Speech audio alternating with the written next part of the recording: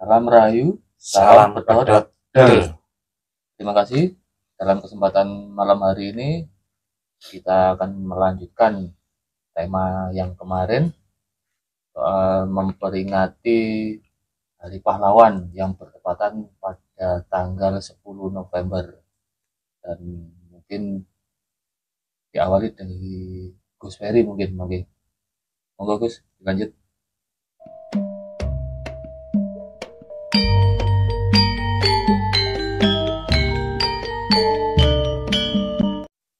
Baik pemirsa, jumpa lagi seperti biasa. Salam Rahayu, salam agem sedaya, terutama pemirsa ya. Ningali terutama anak-anak Surabaya niki. Pokoknya jangan sampai terlewatkan. Podo-podo belajar tentang sejarah Surabaya iki. Kalau nek gak kenal maka kata sayang itu pasti. Kudune kenal tentang sejarah, maka akan timbul rasa sayang kalau itu nggih. Untuk mengawali yang dari kemarin, kita lanjutkan tentang peristiwa ultimatum dari Jenderal Mensek kepada warga Surabaya atau arek Surabaya untuk tanggal 9 yang disebarkan dengan pamflet dan sebagainya, diumumkan di segala penjuru Surabaya untuk arek Surabaya ini bertekuk lutut atau menyerahkan diri kepada AFNI atau Inggris itu tadi, karena pembunuhan Jenderal Malabi yang nanti akhirnya tanggal 10 jam 6 pagi arek Surabaya ini harus benar-benar bertekuk lutut dan menyerahkan diri kepada Inggris. Monggo nanti ada obrolan-obrolan dari peristiwa yang, karena 10 November ini nanti hari hanya yang pertempuran yang sangat sengit dan dahsyatnya ini. Monggo ini nanti beberapa kami nanti juga sedikit menambahkan obrolan atau cerita yang berdasarkan pengetahuan beliau-beliaunya ini tentang 10 November sampai berakhirnya pertempuran 10 November yang dikenal sebagai Hari Pahlawan nanti. Monggo. Lalu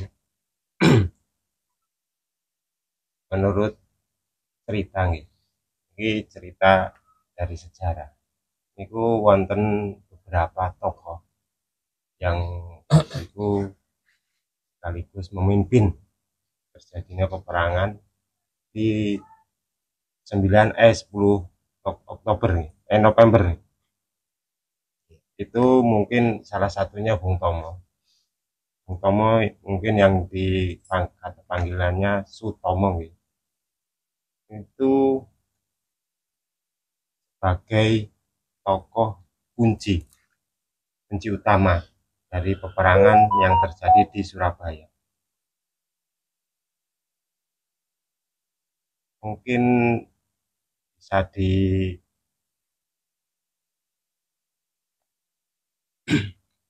santai beneran apa nama karena beliau mungkin ini banyak yang mengenal cuman Bung Tomo gitu. Nama aslinya mungkin Sutomo. Dalam pertempuran di Surabaya, beliau menjadi tokoh kunci utama mungkin dari dia sebagai apa, pemimpin pembangkit semangat arek Surabaya pada waktu niku dan membakar semangat jiwa-jiwa untuk supaya mau membela, mau melawan Inggris gitu.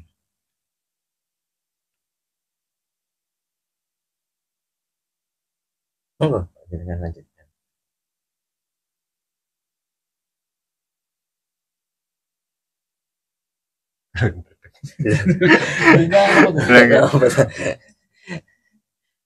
Gaskan beneran apa? Dalam upaya mempertahankan kemerdekaan 1945.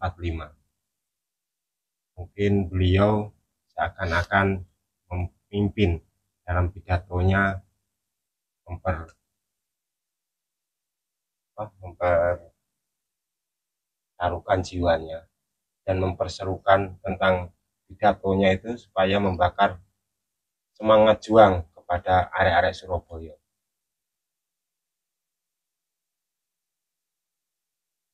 Dan mungkin beliau juga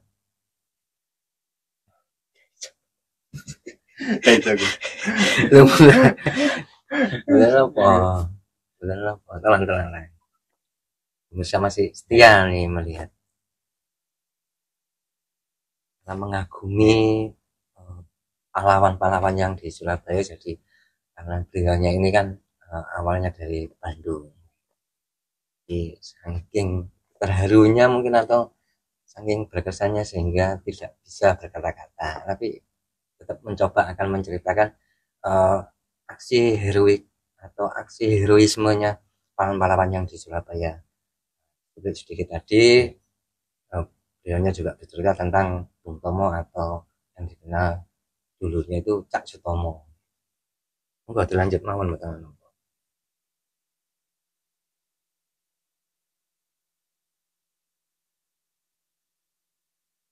Dan beliau melawan penjajah yang ingin menjajah kembali Indonesia dengan semangat tinggi. Salah satu peran utama Bung Tomo dalam pertempuran di Surabaya November 1945 adalah memotivasi rakyat untuk melawan penjajah melalui pidato-pidatonya yang mungkin lebih banyak sekali arek-arek Surabaya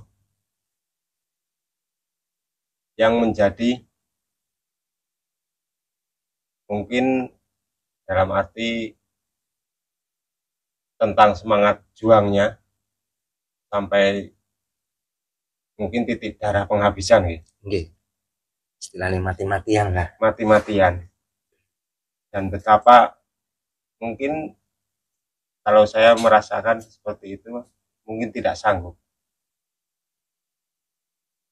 Dan beliau sudah mempertaruhkan nyawanya demi kehidupan orang banyak mungkin.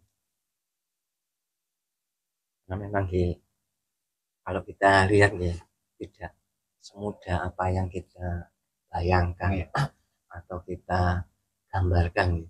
Karena kalau masalah jiwa kepahlawan ini memang benar-benar orang pilihan. Kita harus benar-benar menghargai karena di situ.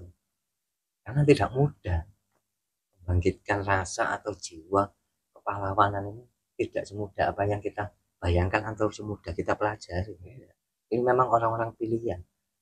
Artinya ini ada panggilan.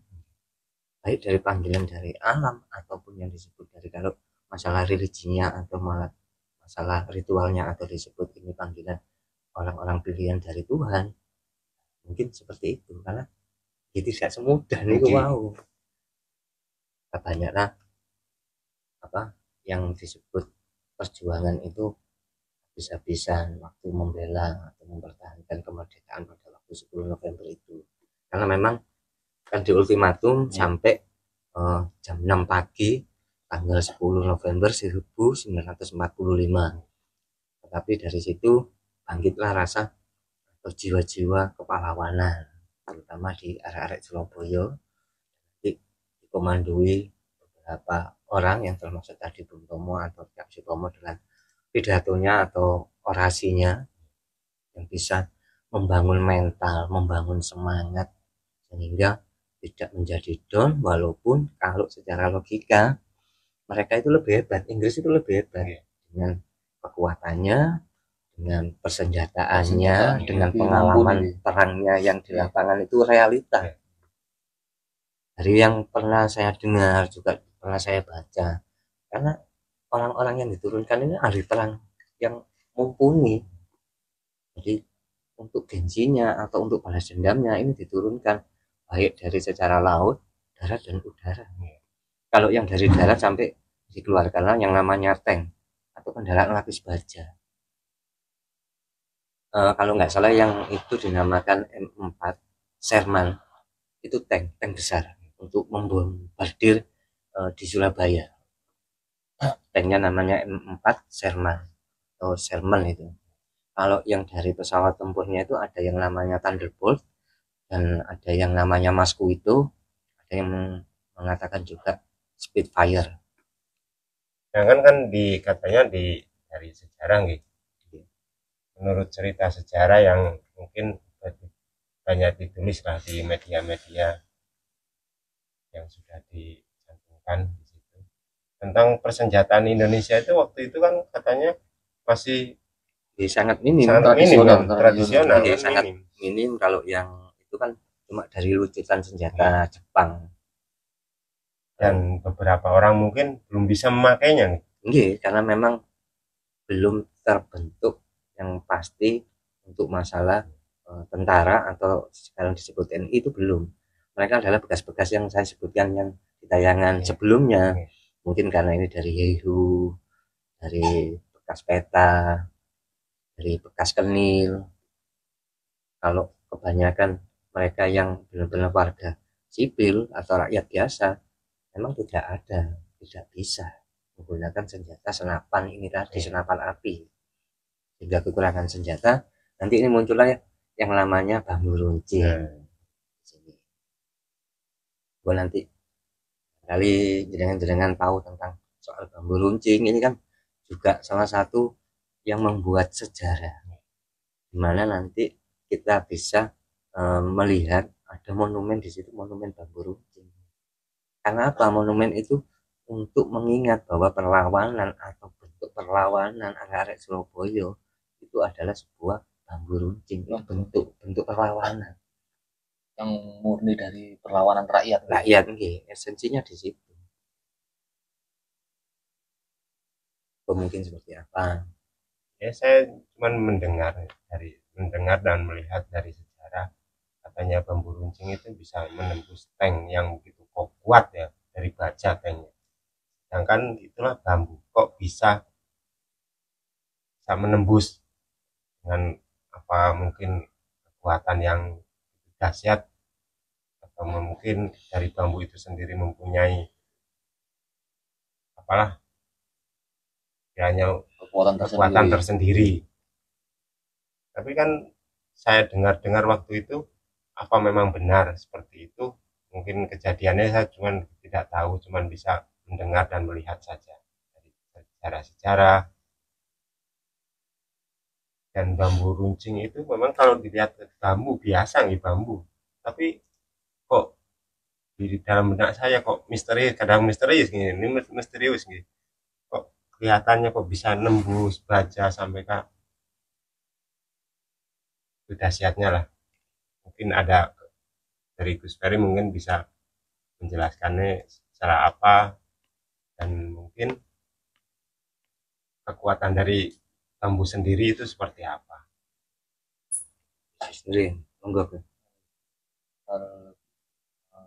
Peperangan di tanggal 10 November itu tadi, istilahnya itu puncaknya peperangan yang di Surabaya. Itu sampai berapa lama sih? Kalau yang perangnya pernah itu, dengar ya, kita baca itu, karena yang saya belum juga, karena saya juga bukan orang Surabaya gitu. Mungkin kurang paham soal sejarah 10 November itu.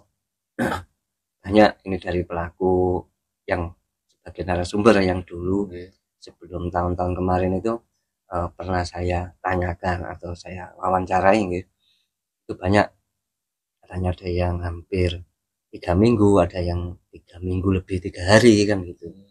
Jadi kalau dapat kesimpulan mungkin ya sekitar 3 minggu lah, 3 mingguan. Diawali dari 27 Oktober 1945 itu sampai tanggal 20 November. Memang benar-benar sudah dari pihak Inggris itu benar-benar menyerah, atau memang wis kekurangan pasukan? Itu menyerahnya karena kekurangan pasukan atau karena sudah benar-benar apa ya, kalah jumlah? Kalau masalah kalah atau tidaknya, sebenarnya yang kalah itu malah pihak Surabaya kayaknya. Secara de facto itu yang kalah itu adalah pihak Surabaya. Tetapi ini fakta yang menarik. Fakta yang menarik di sini, walaupun kalah, perlawanan arek-arek Surabaya ini diperhitungkan baik di dunia, khususnya orang Inggris sendiri. Karena tekadnya itu Tekadnya tadi. itu tadi, dengan cuma berbekal apa adanya, dan masalah skill atau keterampilan kemiliterannya itu sangat minim, tetapi mereka berani melawan, memberikan pertempuran yang sangat sengit pada waktu itu. Ada orang dari Belanda atau Inggris itu dulu pernah membaca itu, menuliskan di bukunya The Battle of Surabaya. Itu menarik. Dulu saya pernah baca itu. Kenapa? Arek-arek Surabaya itu benar-benar pada waktu itu kayak nggak takut apapun, tidak pernah mundur dengan pembombardiran atau kekuatan-kekuatan kemiliteran yang sudah dikerahkan sama Inggris, baik dari laut, darat maupun udaranya. Mereka malah menjadi bengis ini. Kayak ngelatih perang sama militer gitu. Sampai ex-pejuang tadi yang saya wawancari katanya sampai mereka itu kayak kesetanan ini. Kesetanan. Jadi perlawannya itu membabi buta. Bahkan ada beberapa orang Inggris itu walaupun sudah menyerah sempat dibunuh dan dimutilasi. Saking bengisnya, saking jengkelnya mungkin atau marahnya, seperti apa untuk mempertahankan kemerdekaan bisa melakukan hal seperti itu. Kembali mungkin dari penyemangat tadi nih.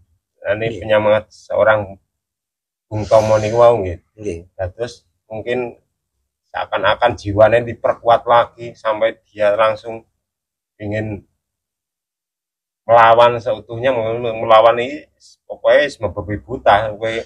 Aku kayak wani tak ingin tak serang genti ngono. Kalau dulu waktu zaman saya masih sekolah di SD kan masih ada nih sejarah 10 November ini, pelajarannya kan masih ada. Apakah di tahun-tahun sekarang ini masih ada gitu? Kurang tahu kalau masalah pembelajaran itu. Iya, karena kan kalau saya ngelihat dari buku anak saya sendiri kayaknya sih sudah nggak ada ini kalau untuk sejarah 10 November itu sendiri, karena anak saya juga masih SD ya. Mumpung anak saya udah lama kan, sekarang sudah SMP. Di SD-nya pun belum ada. Kan belum ada, Gus. Sudah nggak ada. Oh iya, sudah nggak ada lagi. Apa mungkin itu dihilangkan apa gimana nih? Mungkin kan kalau secara sejarah itu mungkin kan harusnya kita uri-uri lah sebenarnya, kita terus harus mengingat sejarah itu kan. Awal mula kita menduduki Surabaya sampai sekarang kan harus tahu sejarahnya. Mendapat kemutlakan kemerdekaan ini. Kembali kalau kita diperdodol kan tidak perlu mempermasalahkan masalah ini ada di kurikulum atau pendidikan, enggak. Kalau memang diperdodol, kalau kita sudah tahu, kita tanamkan minimal di keluarga kita sendiri. Harusnya ke anak-anak kita sendiri. Ya, salah satu yang mau kita berikan informasi untuk pengenalan sejarah dengan dokumentasi tentang channel ini. Intinya channel ini ya setidaknya bermanfaat buat generasi penerusnya. Minimal kita sudah memberikan informasi tentang sejarah pertempuran warga Surabaya atau arek Surabaya pada waktu 10 November. Sampai nanti harus tahu kenapa 10 November juga disebut Hari Pahlawan, karena harus kenal dengan sejarahnya ini. Karena mau nggak mau bagi saya itu wajib kita kenalkan, karena kita sudah bertempat tinggal di sini. Kembali kalau kita mengingat Sumpah Pemuda, ini juga tanah air kita. Di mana ya? Di Surabaya. Walaupun tumpah darah kita tidak di Surabaya, tetapi kan kita sudah bertempat tinggal di sini. Apalagi yang mempunyai mata pencarian atau punya pekerjaan di sini, harus mau. Karena apa? Dia hidup sampai menghidupi keluarganya, anaknya dan sebagainya di Surabaya loh. masa tidak mau membuka hati dan rasanya. Ini malah itu tadi mengenal 10 November itu apa? Hari pahlawan. Hari pahlawan itu seperti apa? Kok sampai harus dikenang? Karena pengorbanannya sangat luar biasa. Menjadi apa ya, bomnya untuk mempertahankan kemerdekaan di seluruh Indonesia. Kadang-kadang gini ya, kita tinggal menikmati saja, tidak melihat perjuangan beliau-beliaunya. Kita ya sedikit waktu untuk mengenang, mungkin hari-harinya sudah ditentukan kan, kita ada 10 November kan hari pahlawan, kita ya diam apa ini, istilahnya berdoa agar mungkin kita bisa diberikan kekuatan, enggak banyak-banyak, mungkin lah sedikit lah seperti mereka yang ikut andil lah mungkin untuk memperjuangkan kota Surabaya. Nanti dengan apa kita memperingati hari 10 November untuk mengenang jasa-jasa mereka itu di hari Jumat besok pas bertepatan tanggal 10 November kita dari Pedodel ini nanti sowan ke makam-makam para pahlawan berjuang untuk realita kita ya, untuk realita kita menghormati para pahlawan ini, pahlawan yang terutama nanti jadi bisa diagendakan terutama yang kita sebut tadi, yang ikonnya tadi seorang pahlawan yang benar-benar kita kenal, yang awal pertama pasti orang itu Bung Tomo. Nanti kita sowan ke makamnya beliaunya, minimal memberikan penghormatan, kita doa di sana, terus juga bisa tabur bunga sebagai bentuk penghormatan kita nanti. Nanti juga pasti akan didokumentasikan biar warga Surabaya itu semua tahu tempat makamnya di mana, bahkan warga di luar kota Surabaya juga akan tahu. Barangkali nanti kalau pas di sini bisa mampir, Jadi itu bentuk istilahnya mengenang kita, gitu. Mari guys, monggo diceritakan lagi tentang sosok Bung Tomo atau Cak Sutomo ini tadi. Kita bahas lagi atau kita obrolkan lagi, soalnya asik, beliaunya ini luar biasa. Memang Bung Tomo itu sebenarnya lahir di mana sih? Kalau memang kurang tahu nih asal usulnya beliau lahirnya. Apa mungkin asli Surabaya? Asli Surabaya. Beliau kalau nggak salah itu lahir di Blauran. Oh, di Blauran. Tanggal berapa? 03 Oktober. Jadi mungkin kan saya cuman belum tahu tentang sejarah ini kan, cuman mendengar saja. Apa mungkin beliau niku waktu niku tesik apa katanya ini cuman menurut sejarah nih, beliau niku cuman dia niku apa penyiar radio awal mulanya profesinya jurnalis sampai kak seperti itu kan.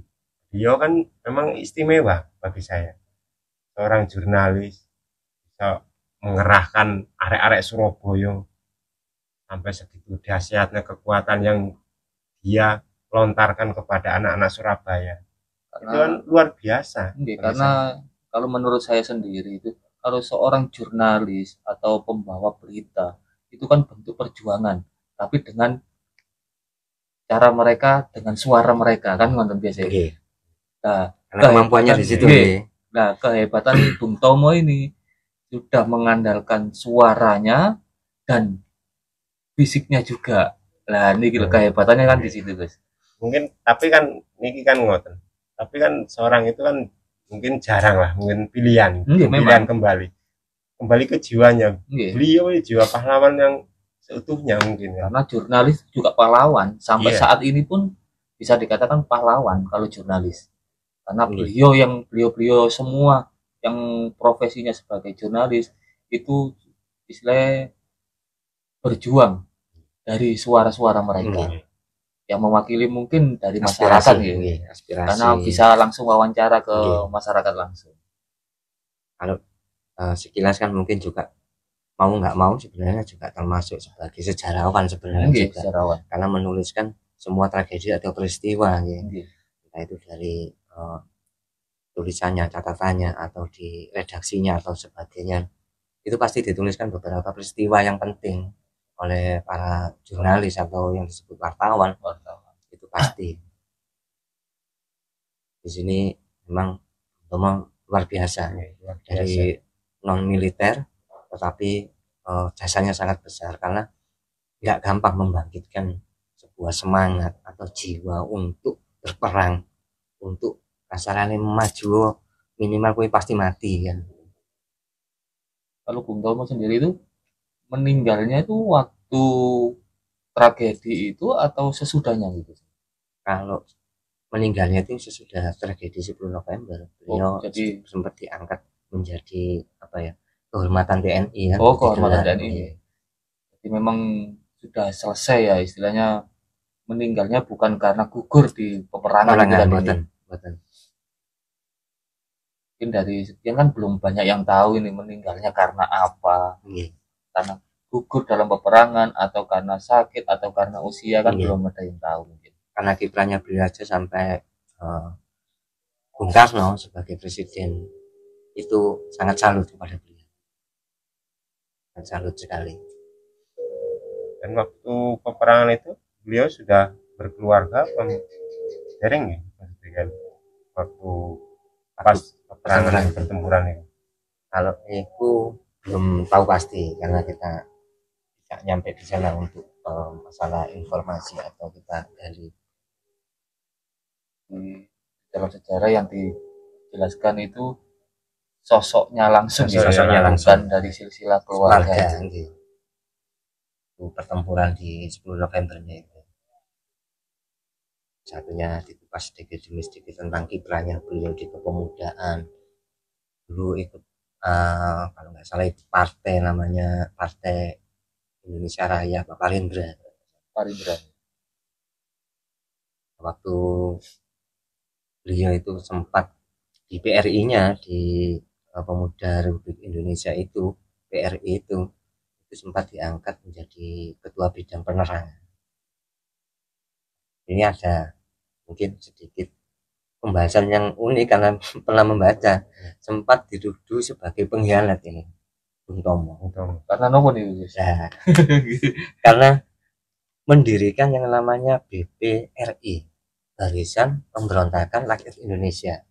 Nah, dipikir oleh pemuda tadi, yang Pemuda Republik Indonesia ini, PRI ini mau memecah belah. Sempat beliau ini ditangkap, terus dibawa ke ketuanya ini, Cak Sumarsono yang sebagai ketua PRI ini sempat memang diinterogasi dan ditanyakan. Ternyata memang tidak. Ini mau menggabungkan lagi rakyat-rakyat atau warga sipil yang masih belum terorganisir.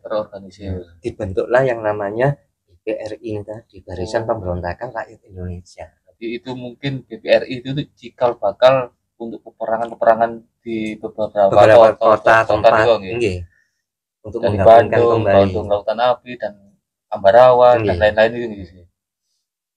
Jadi akhirnya membentuklah sebuah BPRI tadi, sehingga akhirnya menjadi ketuanya di situ karena memang pendirinya beliau. Tapi sempat dianggap pengkhianat karena dipikir memecah belah. Padahal justru tujuannya itu untuk mempersatukan seluruh pemuda di Indonesia yang belum ikut ke dalam kepemudaan atau organisasi pada waktu itu. Jadi mungkin masih banyak yang belum ikut mendirikan lagi dengan BPRI ini. Maksudnya Bung Tomo agar kembali ada kekuatan kembali untuk menambah masalah perlawanan ini tadi. Tapi perlawanan Inggris itu bukan istilahnya nggak selesai sampai di situ aja nih. Masih banyak kan nanti meletus di Semarang, Ambarawa, sampai di Bandung. Nanti kan akhirnya tetap setelah terjadinya 10 November, kemudian kan muncul yang namanya agresi militer 1, agresi militer 2. Jadi nanti jadi peperangan se Indonesia. awal mulanya itu dari Surabaya. Surabaya Lagi, karena memang yang besar, yang besar yang habis-habisan. Di sini memang beberapa banyak tokoh, nanti mungkin kita sebutkan siapa-siapanya, cuma hanya sekilas. Monggo Bos. Mungkin yang kedua tokonya itu ada dari Gubernur Suryo. Yang kedua. Terus yang ketiga itu ada Majen Sungkono. Terus Yang keempat Kiai Hasyim Asy'ari. Mungkin yang kelima itu Lejen Sutopo nih. Sutopo yang sekarang ini ada jalan Dr. Mustopo nih. Karena sebenarnya Sutopo. Dia juga non militer sebenarnya. Non militer ini. Awalnya karena memang profesor dokter kan.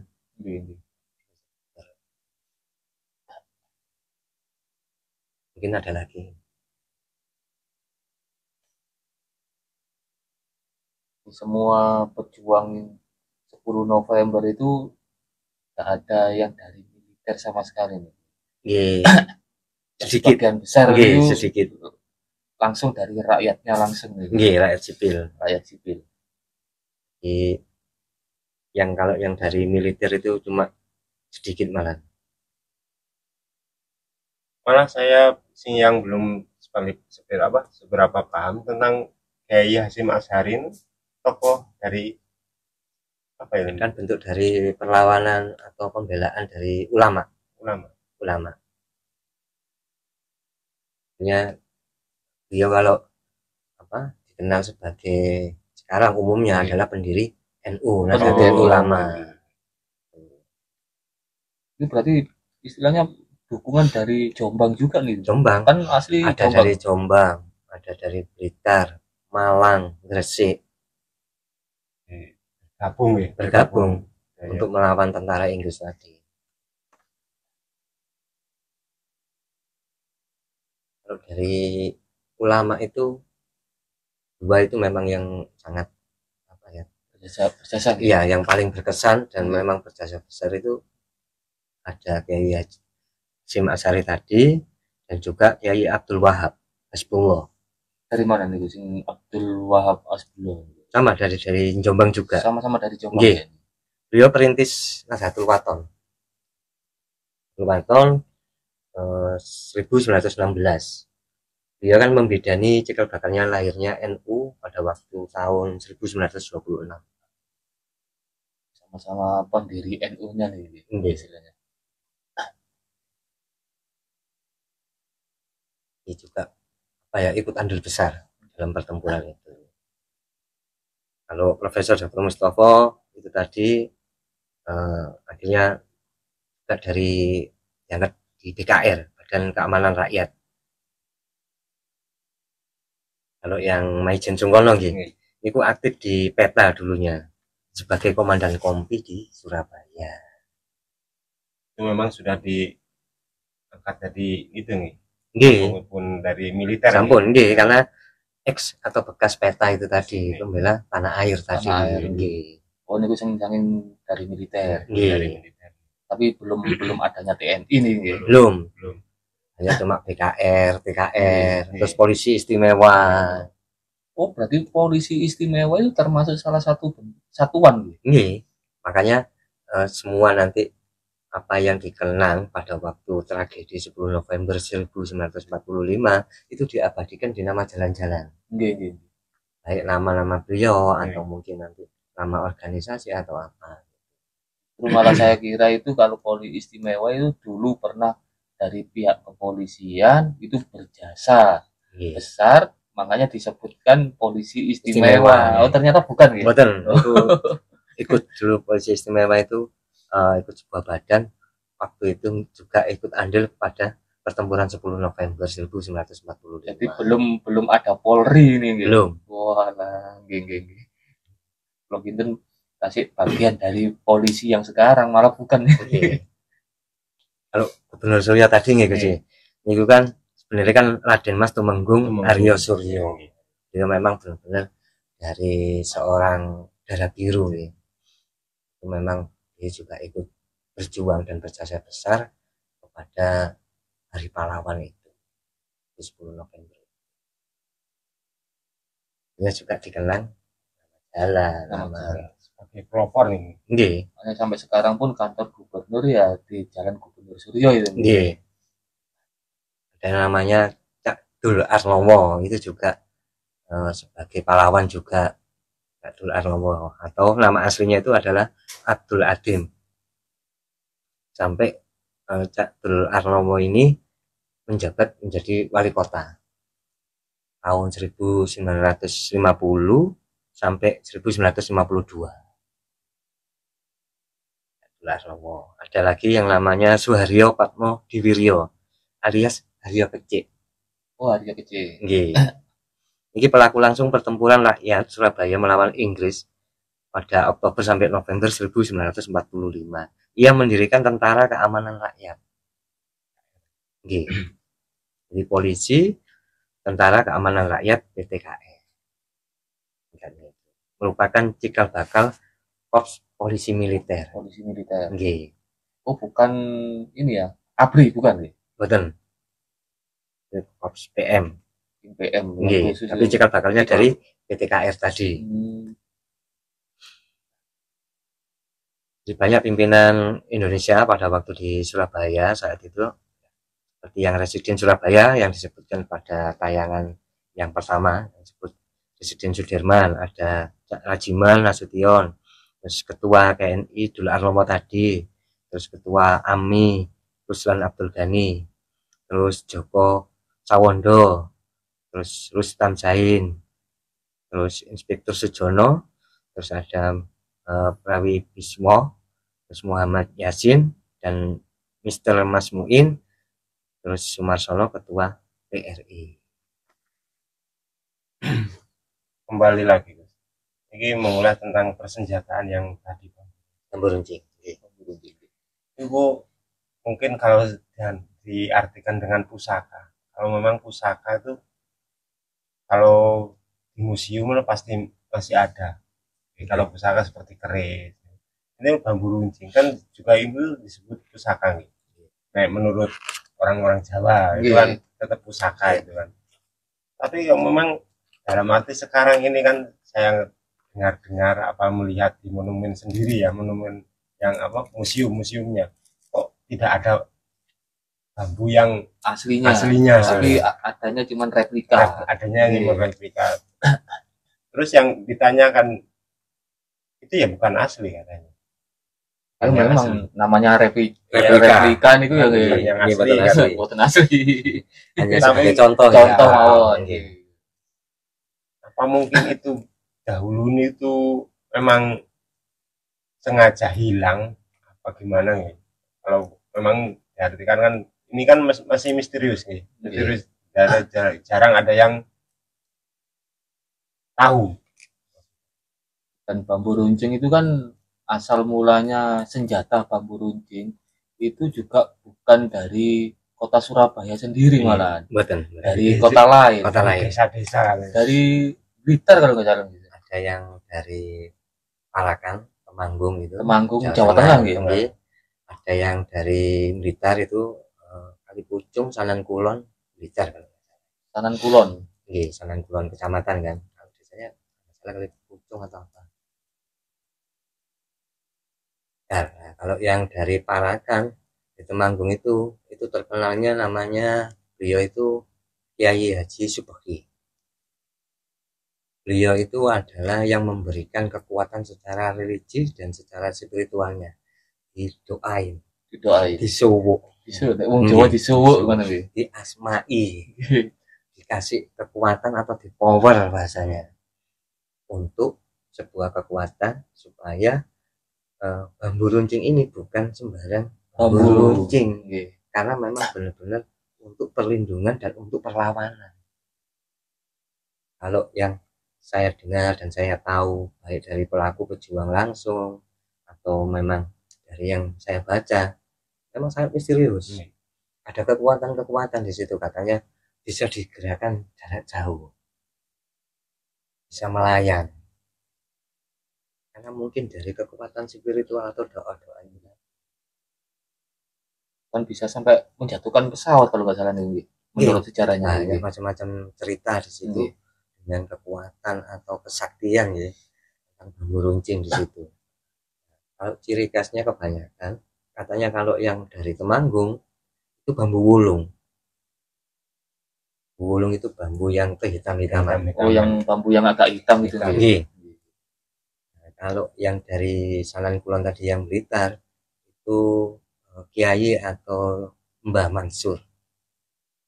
Itu dari pondok pesantren apa memang sesepuh daerah Sanan Kulon, Sanan Wetan? Iya, Sanan Kulon. Sanan Kulon. Sanan Kulon. Itu kalau nggak salah belum terkenal pondokannya. Tapi kalau yang Kiai Subeki itu memang sudah punya pondok. Oh, kalau yang Kiai Subeki memang sudah punya pondok pesantren gitu. Berarti kalau yang dari Blitar ini karena sosok nama besarnya, istilahnya kesaktian beliaunya. Karena memang beliau dulu juga pernah menjadi santri orang-orang kiai-kiai hebat. Ya, beliau dianugerahi kekuatan itu untuk memberikan tadi sebuah kekuatan untuk doa atau nyowo atau ngasmai tadi. Mungkin bagi arek-arek Surabaya nggih. Sakniki kudu bangga, pring iso mibur. Hanya Mando aja yang bisa terbang di Surabaya. Pring juga bisa kalah, jangan kalah sama di luaran sana. Di Surabaya lu pring iso nembus baja. Jadi banyak cerita-cerita yang memang sangat menarik sebenarnya kalau masalah pertempuran itu tentang masalah bambu runcingnya ini.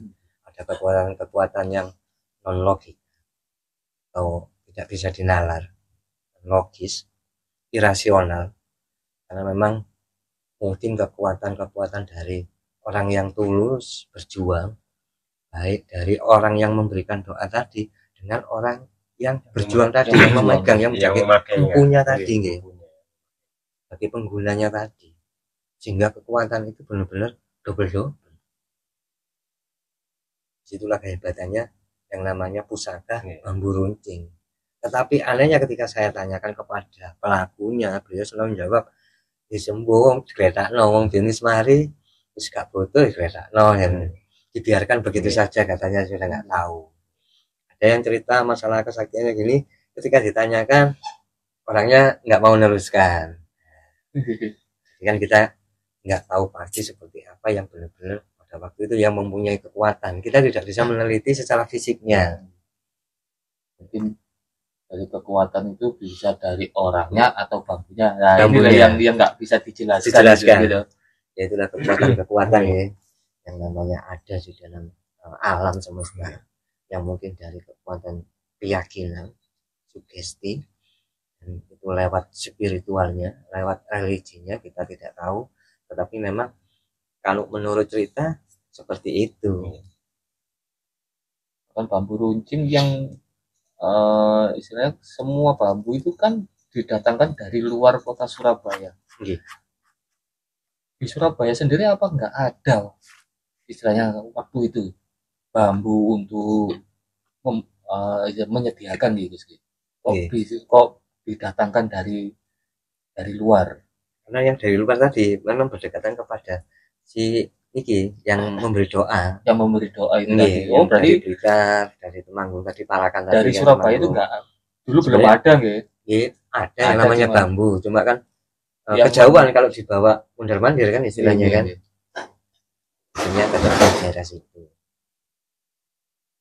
Memang benar-benar banyak istilah cerita-cerita tentang kemisteriusan atau kesaktian tentang bambu ini tadi, disebut bambu runcing.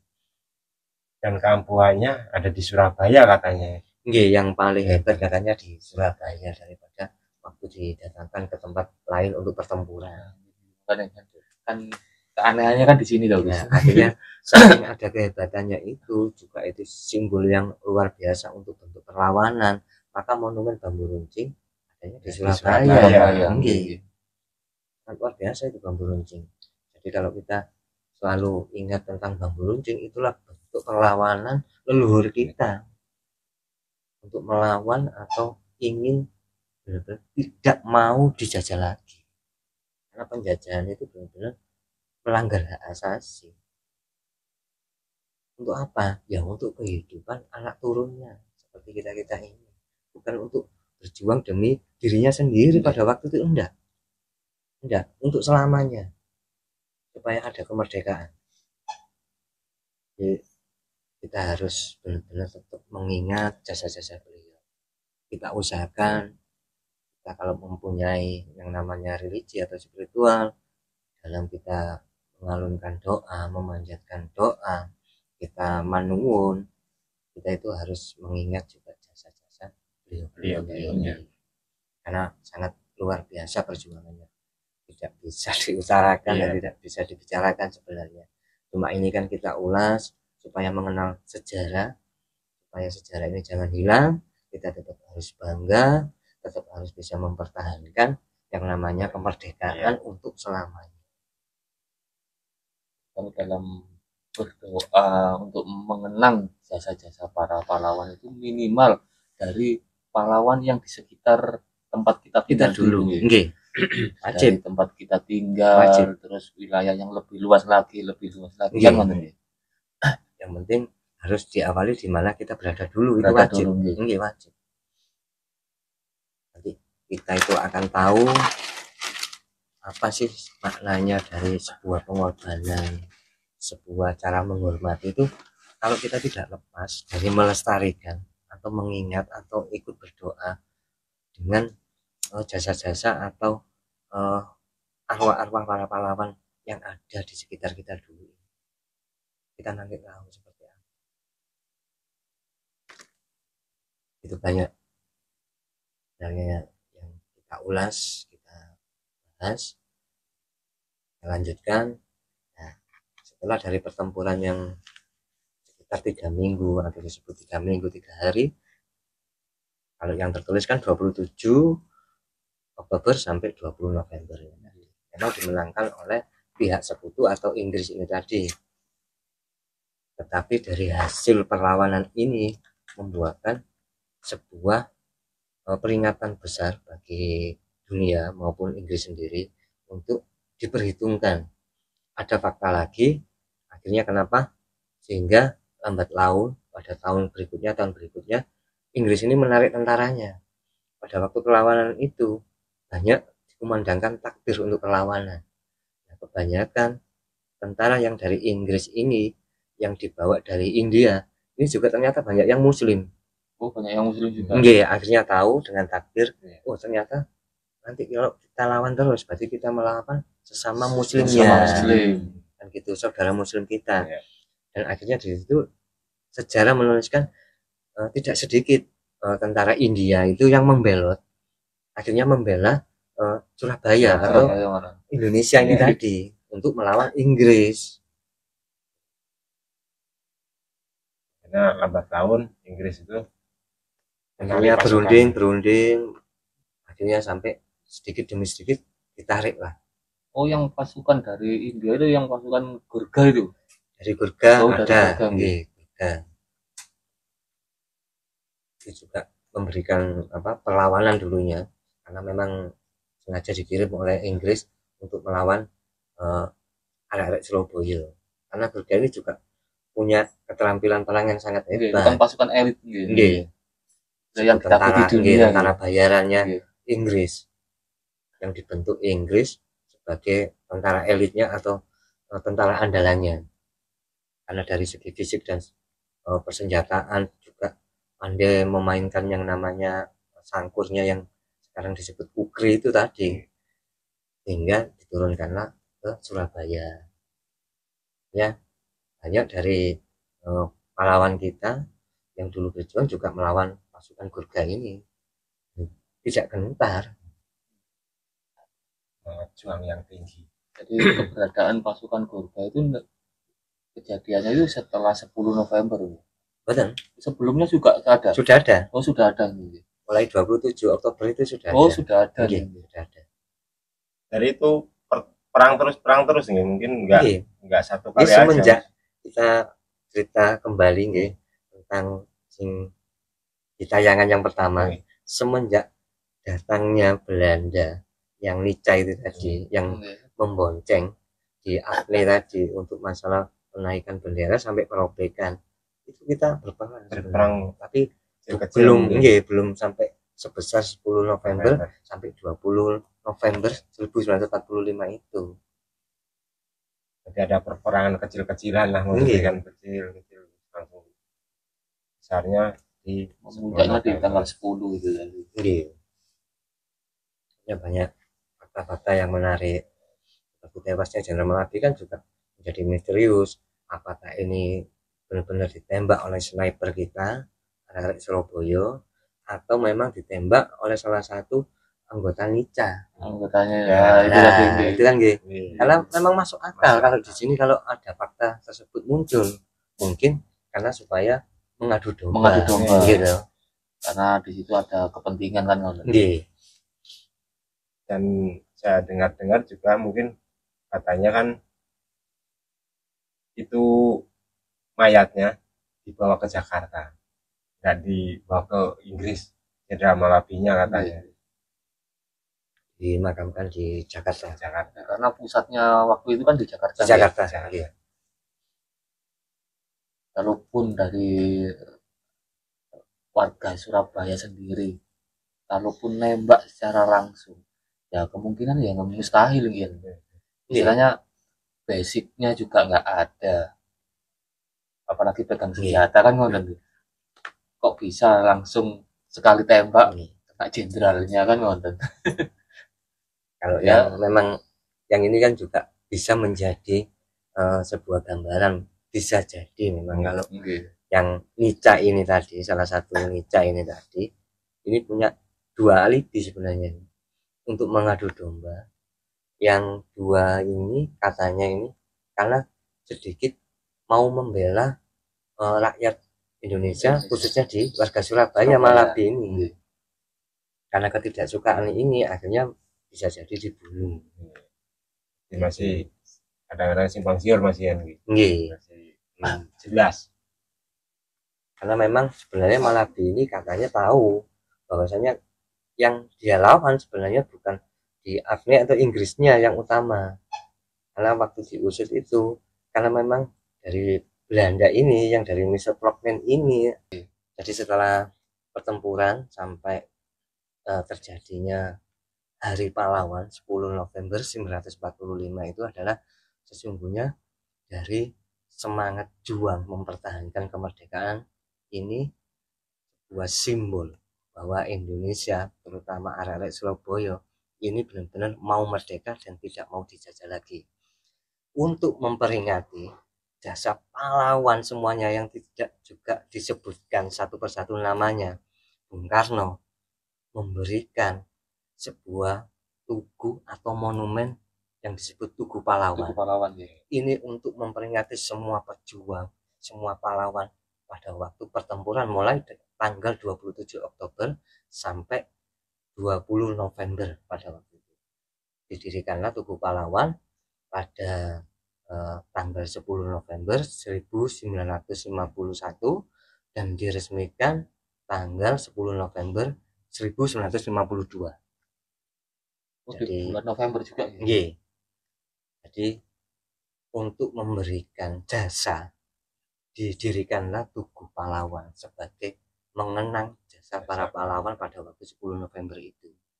Jadi kita harus tahu kenapa ada namanya Tugu Pahlawan itu sebenarnya pemberian atau penghargaan yang dari negara Indonesia lewat presidennya Bung Karno ini dibangunlah sebuah Tugu Pahlawan. Di setiap 10 November ini kita peringati sebagai Hari Pahlawan. Untuk itu kita jangan pernah lupa. Kita harus melawan lupa, menolak lupa. Ini pesannya untuk arek-arek Surabaya. Saya yakin kalau arek Surabaya asli itu tidak senang tawuran, tapi senangnya malah perang. Tapi kalau sekarang perangnya apa? 1, perang melawan kebodohan. 2, kemiskinan. Yang ketiga adalah melawan yang namanya kemalasan. Di pesan saya seperti itu. Mungkin nanti kita lanjutkan untuk yang kita mau memperingati di 10 Novembernya, tim Bedodel akan mencoba sowan ke sana untuk berziarah, untuk tabur bunga, untuk langsung menghormati para pahlawan khususnya yang ada di Surabaya. Iya, monggo. Yang dari kami tim Bedodel, barangkali ada yang mau ditanyakan bisa di kolom komentar. Jangan lupa like, share, dan komen. Sekian. Salam Rahayu, salam Bedodel.